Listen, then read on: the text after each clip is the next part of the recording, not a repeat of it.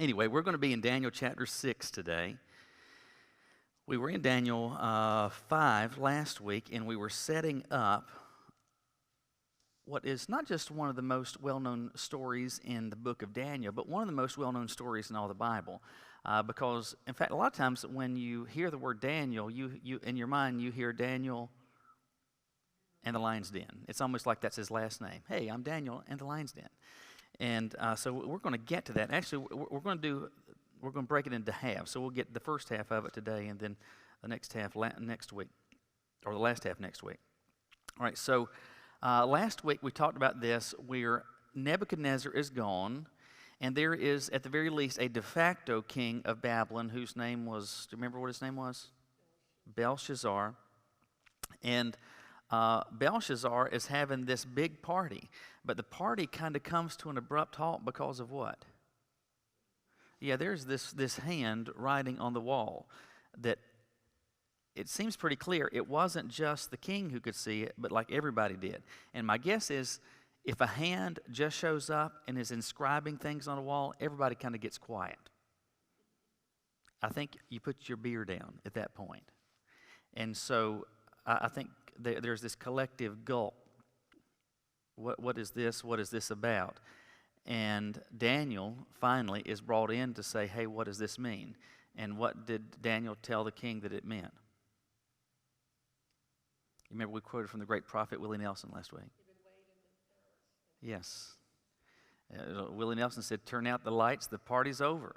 All right? And in fact, he told him, the days of your kingdom, they've been brought to an end. And even though you're still the king, it's over. It's over. And how close was it to being over? That night he was killed. And remember we talked about, because Babylon was a doubly fortified city, so it had two sets of double walls. And what did we say that the Medes and Persians did? Do you remember? They redirected the Euphrates, and then they go underneath the wall, and that's how the city crumbles. And if you get the king, if you capture the king and you get the capital city, everything else goes like dominoes. So at that point, you've got the Babylonian Empire. At this point, is no more. So at this point, we're somewhere around 539 BC, or as Nikki calls it, middle school.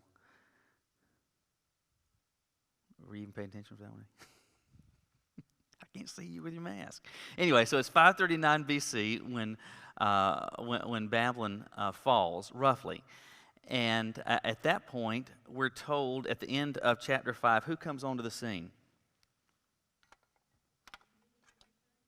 Yeah, but who's their leader? All right, so Darius. In fact, what does verse 30 call him? It says Darius what? So Darius the Mede. But, in fact, you may see some textual, if you're looking at a study Bible, it's likely that you might see something like this maybe in the notes or maybe in some column entry next to it. But you'll see this phrase, M-E-D-O, the Medo-Persian Empire, because we've gone from the Babylonian, so they're gone, and so now they've been conquered by Darius the Mede, who is leader of the Medo-Persian Empire. He is 62 years old, and so even though he could take early retirement, he's still working, right? He wants to get the full Social Security check. All right, so we're told he's 62 in verse 30. It is believed at this point that Daniel, well, that one is no good. That Daniel is, you want to take a guess about how old Daniel, like in your mind, what would you think he would be? Do I? You win the gold star. It's believed that he's roughly 80 years old at this point. Which, I don't know about you, but so many times before when I've read Daniel, you think stuff is just happening immediately. And very easily you can think, Like, did you not always picture Daniel as kind of a young guy in the lion's den? But he's not. There's a lot that has happened. We're on the third king now, and so a lot of time has passed. And again, this is informed speculation. So the Bible doesn't say 80, but based on a number of details, they can put together the piece that it's believed that he's somewhere in that age. So give or take, I don't know, maybe 70. Regardless, he's not 25 years old. He's not a young man at this point. And so he becomes leader of the dominant world empire, the Medo-Persian Empire. He's 62 years old. Daniel's probably 80. Let's read a few verses starting in verse 6. Darius decided to appoint 120 satraps over the kingdom, stationed throughout the realm, and over them 3 administrators, including Daniel. These satraps would be accountable to them so that the king would not be defrauded. Daniel distinguished himself above the administrators and satraps because he had an extraordinary spirit, so that the king planned to set him over the whole realm. All right, so let's stop there for a second. All right, so Darius is 62. We're told at the end of chapter 5 he's Darius the Mede. I will not bore you with this, but if you do much digging at all, and if you're reading many commentaries at all, you're going to see, that there is some tension, or there is some question or uncertainty as to who exactly this is, because around the same time we have another name of somebody that is known historically, and that is Cyrus. And he's not a Mede. Cyrus is Cyrus the Persian. And so the question is are these two separate people? Is this the same person? How do we reconcile this? In fact, we know, actually Cyrus, we don't know him really as Cyrus the Persian. We know him as Cyrus the Great. Now, those two are the same. But the question is, are these two the same? And let me just tell you what my 2 cents is. And I could be absolutely right. I could be emphatically wrong. But I think this is right. That's why I'm telling you that. We have what kind of empire? Medo-Persian. So is it a Persian empire? No. Is it a Median empire? No, it's a Medo-Persian empire.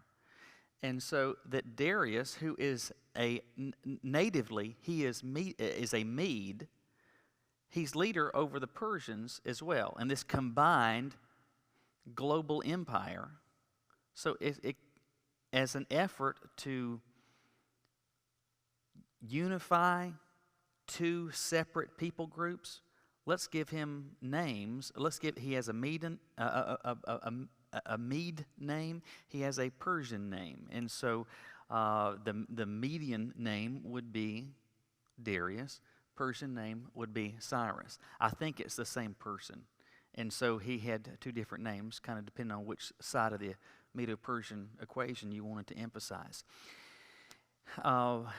Medo-Persian Empire is big. In fact, it's it is certain, it's bigger than the Babylonian Empire, because generally speaking, if I'm going to take over something, I'm not taking something that is bigger than me necessarily. Like I don't get smaller when I take over something, I get bigger. And so whatever the Babylonian Empire was before, that's now part of this Medo-Persian Empire, that it already had its lands and territories, so now you've got it's even bigger. And think, though, too, we're at 539 BC, the difficulty of trying to manage that. I mean, because everything is done manually. There's every record that's kept is kept manually.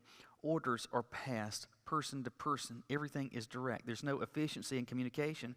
And when you've got a massive, enormous empire, it very easily can get unwieldy. And if you are this guy in charge of a really big empire, what do you want to make sure that you do? You want to make sure that you stay in control, right? And so one of the ways that you have control is that you can't be the only guy around. You can't just say, it's just me and I'm going to be calling the shots for the entire empire. You need some people. This has got to be a team effort. And so what he does is to get some help. And what kind of help does he get?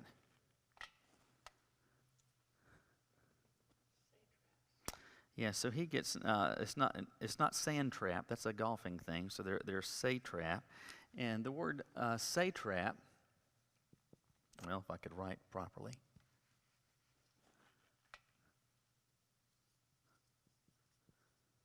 Means protector of the kingdom. And how many does he have? 120 of them. So you think about that, that you've got the empire, and you're going to divide it up so that you've got to put 120 protectors of the kingdom, 120 satraps, and what might you do with them? How are you going to do this?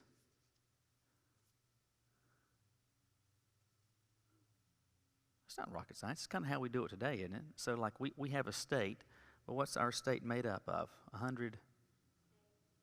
No, our state is made up of 100 counties. And so you break it up into smaller sections. Or even from the, like when you think nationally, we have, 435 congressional representatives, and each representative has a, what do we call it? They have a district, and so you've got the 12th district, you've got the 9th district, and so you take the whole and you break it up into smaller parts and you say, hey, you're responsible for that. And so that's what was done with the empire, that they're divided up into provinces, regions, districts, whatever the word would be to call them. Maybe you call them sand traps, that you have a satrap over a sand trap. I don't know. But you break it up into smaller groups. You got 120 of them. But honestly, if you have to work with 120 people to lead stuff, that's not a small group, is it? I mean, have you ever tried to, imagine what it would be like to have a planning meeting where all the people, where 120 people are engaged. But you wouldn't just have 120 people, you'd have 120 plus the king, plus his closest advisors very easily. You've got a large number of people that it becomes very difficult, even at that level, to manage. And so what did he do in addition to this? He had another layer. So you have 120 satraps. And so, but with verse, in verse 2, what did he do with them?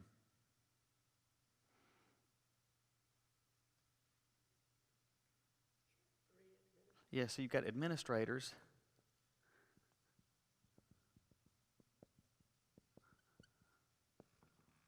Some may, these may be referred to sometimes as prefects.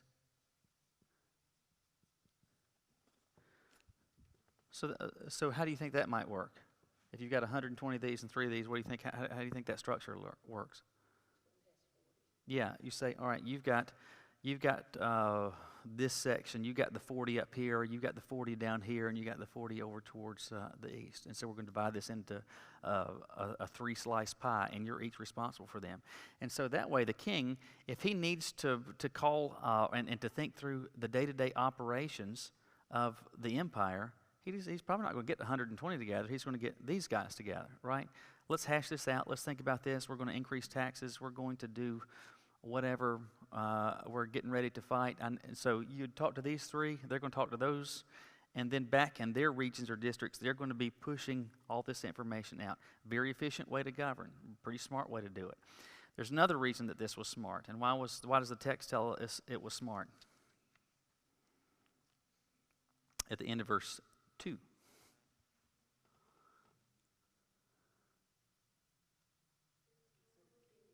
They're accountable to the king, and depending on what translation you're reading, the CSB says it's so that the king would not be defrauded.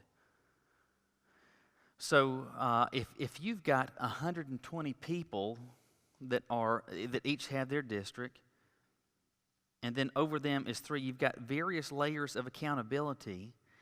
And you've got to kind of think, though, too, that these 120 are not just thinking about their own district. They're kind of, are you doing what you should be doing as well? Or are you following the rules? Or is what's going on in your area what should be going on? And why do you think that there might be that type of thing going on? Why might you be looking over someone's shoulder if you're one of these, or even one of these? Yeah, you don't want them to get something over on you, so that they're getting something that you're not, but you also, you don't want them perhaps to make you look bad. So there's going to be some accountability there. But then there's also this sense, if I do a really good job, and if I make sure that I demonstrate not only to the king, but to everybody else, I've got the king's interest at heart, it makes it more likely that I might get promoted, that there might be another level that I might be able to achieve. In fact, does the text tell us that there's another level that gets established?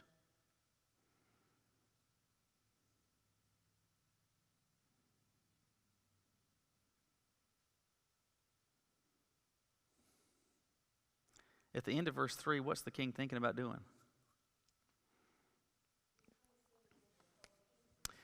Yes, so of these three, you have Daniel, and the thought is maybe we'll put, so that way it would go king, Daniel, administrators, satraps. In fact, in this position here, you'd call, what might we call that? Yeah, it'd be kind of like the prime minister.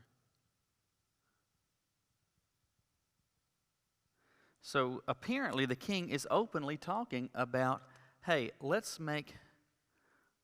give Daniel a promotion. Let's make him over these guys. And so if you're some of these guys, how do you feel about that? Not happy. Why are you not happy? Yeah, why him and not me? Yeah, he's not Medo or Persian. And he's 80 years old. And he's 80 years old. And so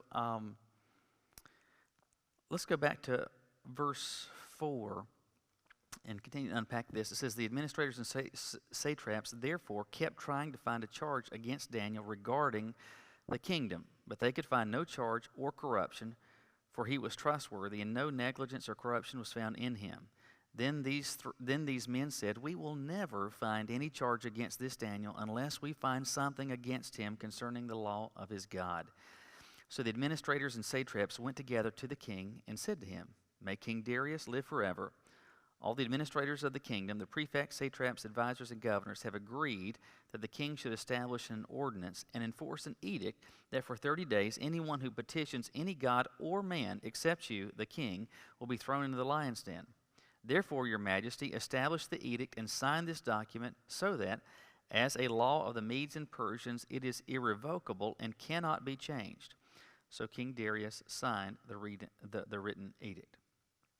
So these guys, these three here, really don't like this about Daniel.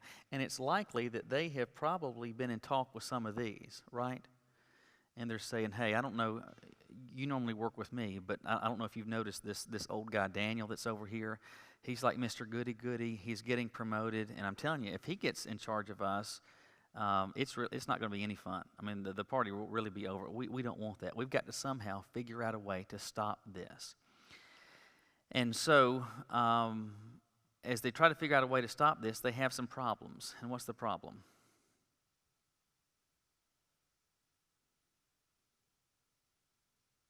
They need some dirt, don't they? So if they need some dirt, what's the problem? There is no dirt. I mean, this guy flies straight as an arrow. And he's a guy that is absolutely shot through with integrity. And I don't know, he just follows the rules. And so how can we go to the king and say, oh, dump him, don't, in fact, not simply don't make him like the prime minister, but you ought to just get rid of him completely. In fact, in truth, that's what they want to do, because they know this guy is, he's effectively spotless. And if it's not now, it's always going to be something like, why can't you be like Daniel? Or why couldn't you operate more like him? Daniel this, Daniel this. I mean, he's the golden child.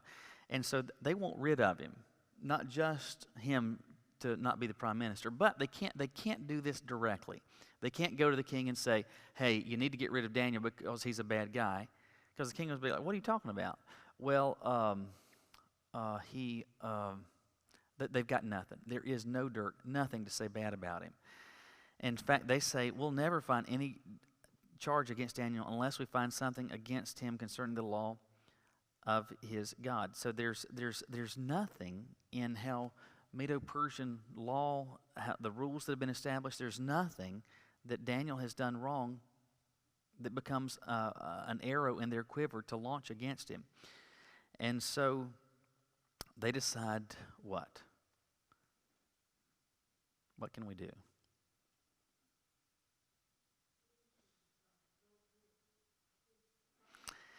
Yeah, so we've got laws in this country that he is abiding, and he's dotting all of his I's and crossing all of his T's. But we know this guy also is deeply committed to his God. And so somehow, some way, we need to put those two on a collision course because we know he's going to choose God over the king, and that he is operating based on a higher law. And if we can create that scenario, we've got him. We'll get rid of him. So that they hatch the plan. And so they go to the king, and they tell him a lie, first of all. What's the lie that they tell him?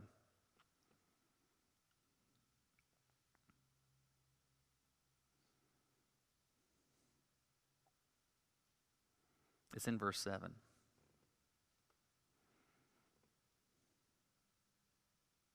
I'll go ahead and tell you. The lie is, we're all in agreement. All the administrators, all the prefects, every satrap, any governor, every government official, we are all in lockstep and absolutely agree that what we're getting ready to say is something that should be done. Because what they're getting ready, why do I say that's a lie? Daniel certainly wasn't in on this. I mean, they're doing this behind Daniel's back. And this type of thing goes on all the time. And if you've got multiple children, or like when your kids were little, especially if you had multiple kids, or if you were over anybody in a multiple people in a workplace environment, regularly what people do is to say things like, "Well, everybody thinks," or "everybody is saying," and they like to use "we" when a lot of times it's just me and the mouse in my pocket. But they're saying, "Hey, we're all in agreement," but that is not true. In fact, it's entirely possible that none of these people had any idea that it's just been hatched between two of the three administrators. They just decided, we can't have this, not on our watch. We've got Daniel as a train that's got to be stopped. And so they go to the king and say, so the lie is, we're all in agreement, even though they're not, but what are we supposedly all in agreement that should happen?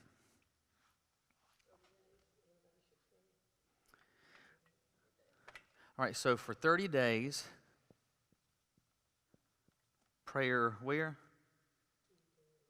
So prayer only to Darius.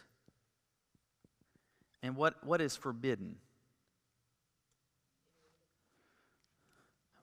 But it says, all right, so no prayers to other, what is that, other gods or... Isn't that interesting, God or man? Have you ever noticed that before? Because most of the time you would think, oh, it's this is just about other gods. But it says other gods or man. And so pray only to Darius. Do you think that they're trying to say, Darius, you are a god and we want only people to pray to you? Do you think that's necessarily what they were saying? I mean, it's possible. And maybe they were trying to inflate his ego to the point where he would think, man, people are praying to me. I mean, this is wonderful. But do you think that's necessarily what the goal was? Or is there another scenario that they could be trying to put Darius in? Instead of being a god, he could be a what?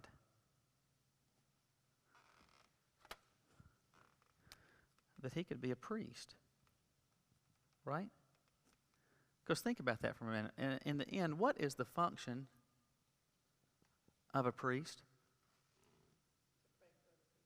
Well, they can pray for other people, but even more broadly, their responsibilities when you have a priest. In fact, because the writer of Hebrews says of Jesus that he is our high priest. Say it one more time. They are like the intercessor, and there's another word that sometimes we use that's kind of like that one. Any other guesses? They're the mediator, maybe even the go-between, so that I am able, or you are able, to have access to God the Father because Jesus is our high priest. He is our mediator. He is our intercessor. He's the one that makes that possible. And in fact, like with respect to the Catholic Church, how does it work today? That's essentially how the priests are operating. That you don't deal with God directly. You've got a go-between. You've got mid-level management, right?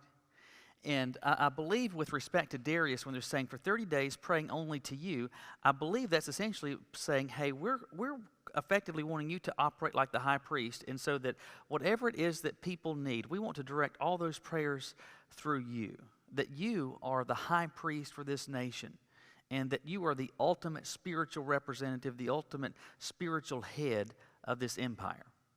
And so let's do this for 30 days. Because, do what?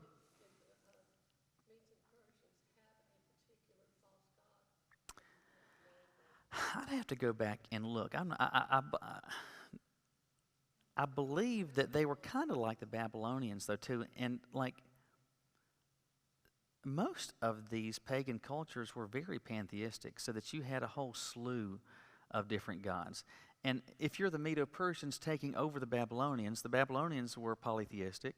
And so if you take them over, a lot of times what you would do is not only take over their land, you would assimilate their gods. So we had... the Babylonians had these gods. We've taken over, and so the Persians have these, but we're going to bring it together and say we've got all of these now. All right, so they do this, and the king signs off on this. Why do you think the king would sign off on this? It sounds good. Man, look, prayers to me? Entire month. Call this Darius Ueri is what we can call it. What a great month. 30 days of praying to me. Religious consecration, man. So he gets elevated. So not just I'm the governmental head. It's like he's becoming the spiritual head as well. And that appeals to his pride, appeals to his ego. And so he says, fine, I'll sign off on this. And it's likely that what they already did, they had the legislation, they had the document already prepared, so that they would come to him with a suggestion. Oh yeah, I'd be fine with that. Well, we just happen to have, because they weren't going to leave anything to chance, and so he signs it. And the text is explicit in telling us something about laws that were Medo-Persian laws. What does it tell us that's very important about them? They don't change. So you can't sign a law and just say, man, I wish we had not done that. We'll just retract. We'll just say, never mind. We can't do that. You don't amend this.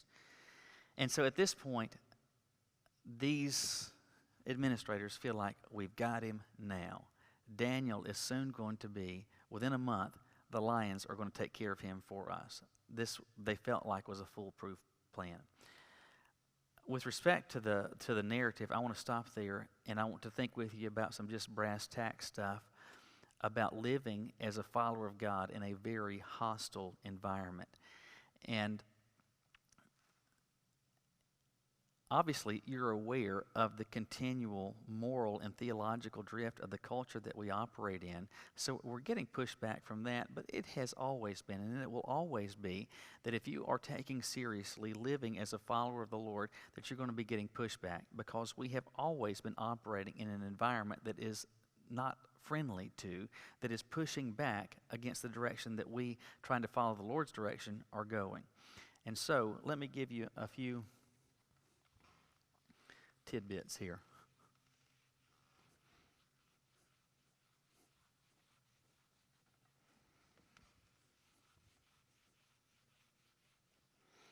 All right, so here's the first one.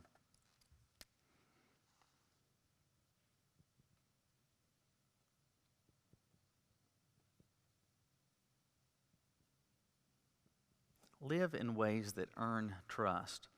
All right, so Daniel is 80 years old, likely, or somewhere in that time frame.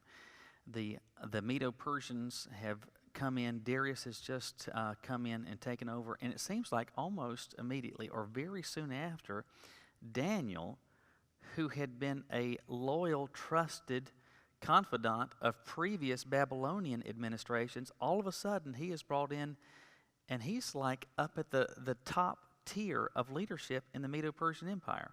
Why was that?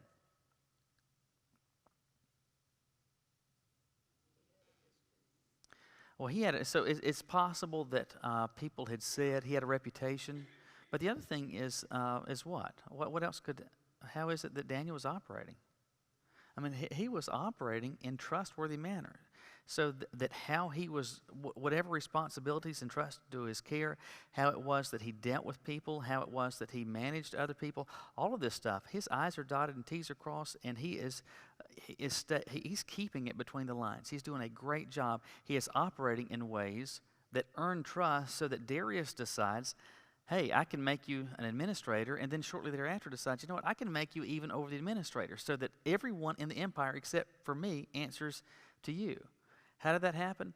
Well, it's because Daniel was a guy that followed the Lord, that took his walk with the Lord seriously, and he lived in ways that earned the trust of others. All right, so on a very practical basis, how is it that we can do that? What are some things that we can do that help earn the trust of others? Do what? Well, flesh that out. Give me some, like, not just possess it, but how do you get to be a person of integrity? What kind of stuff can you do that helps make that the case? All right, so make good choices. So you're not just haphazardly living. All right, so you do what you say, so that you follow through. What else? Yeah, so what's a short way to say that? I'll say it's not all about you.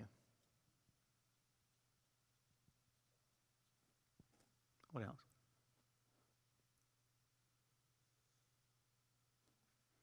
How about this one? You tell the truth. That's pretty big, isn't it? How about your work in a workplace environment? What about your work can earn trust?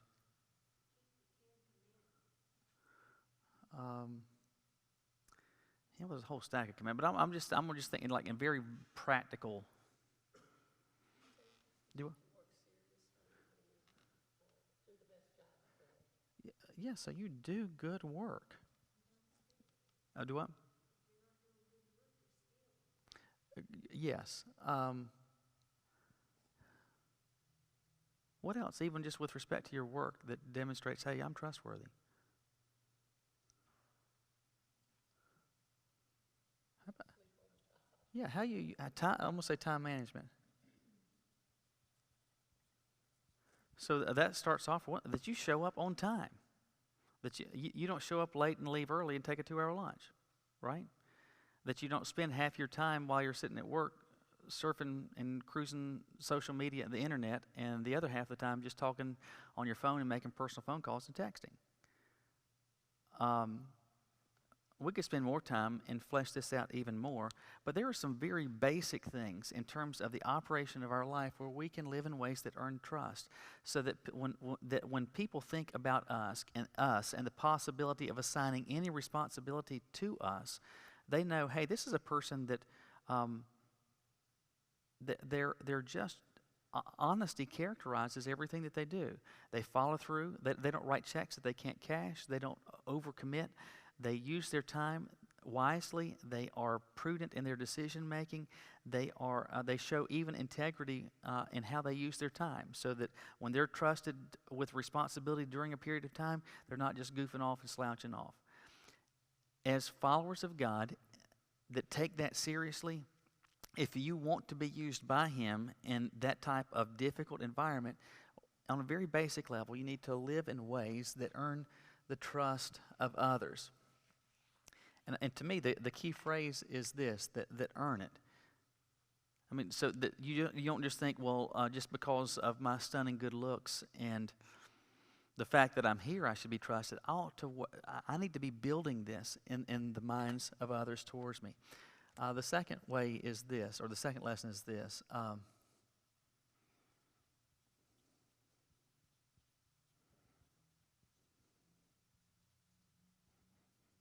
Make your enemies be creative. By that I mean, if they're going to say something nasty about you, if they are going to make allegations about you, it ought to be such that they have to make up something.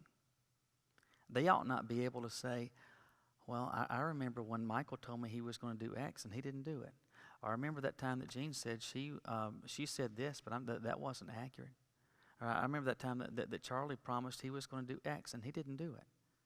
So if we're operating in ways that earn the trust of others and we stay, we keep it in the lines, we ought to be operating in such a way that even those that are not rooting for us and maybe even are actually opposed to us, that if they're going to say something negative about us, that they have to effectively make it up. And isn't that what happens here with Daniel? They're looking for some allegation, but there isn't anything. So they got to be really creative to come out against him. And so the last thing I would say is this.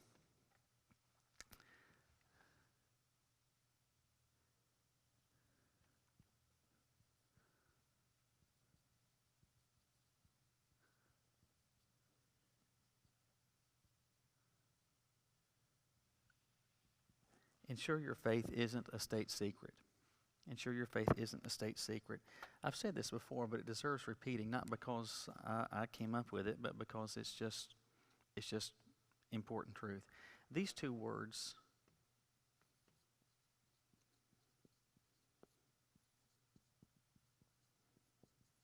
personal and private, are they equal? Are they synonymous? Let me just say that they are not equal. They are not equal. And as a follower of God, your walk with Him is very personal in the sense that it's about you and about Him. There is a personal relationship. It is a personal walk. But the walk that you have with God is not to be a private matter. It ought not be such that people, if they find out that you're a believer, I would have never known. I am shocked by that. I can't. Are you serious? You're one of the, you go to church. You read your Bible. It shouldn't be like that. Did Daniel operate where his walk with God was private? No, he operated in such a way that those who worked around him, and that doesn't mean that he put out billboards that says Daniel loves God. It doesn't mean that he had a fish on the back of his camel, that he had a God is my co-pilot tag on the front of a donkey, that he had any of that.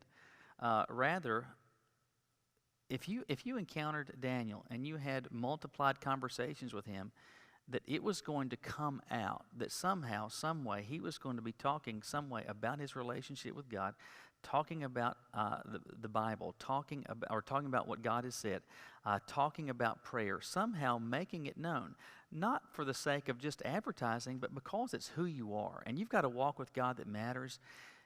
That ought to be lived out in such a way so that if people are regularly encountering you, and I'm not saying that just because you go through the line at Harris Teeter that every clerk should know that you're a Christian, but it ought to be that people that live around you, even if you don't see your neighbors and you're not particularly close, they ought to know that you're somebody that's got a connection with God, that you're somebody that believes in the Lord and has a personal relationship with Him.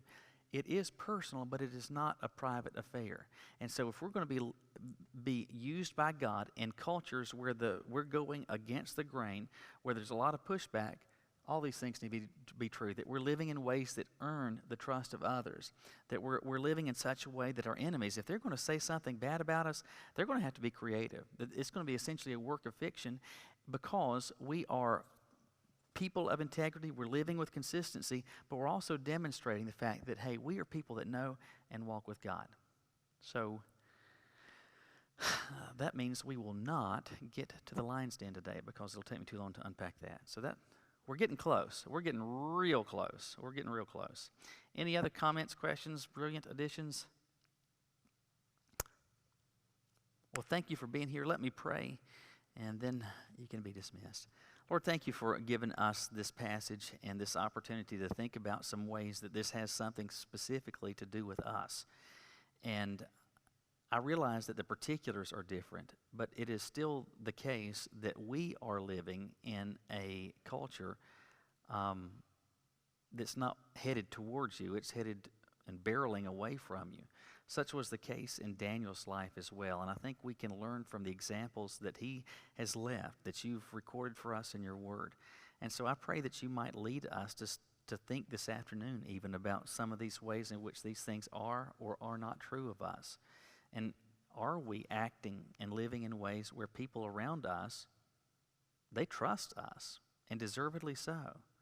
Are we living in ways where if somebody wants to say something bad about us, that they've got to make it up? And to people that are around us, do they even know that we have a connection with you?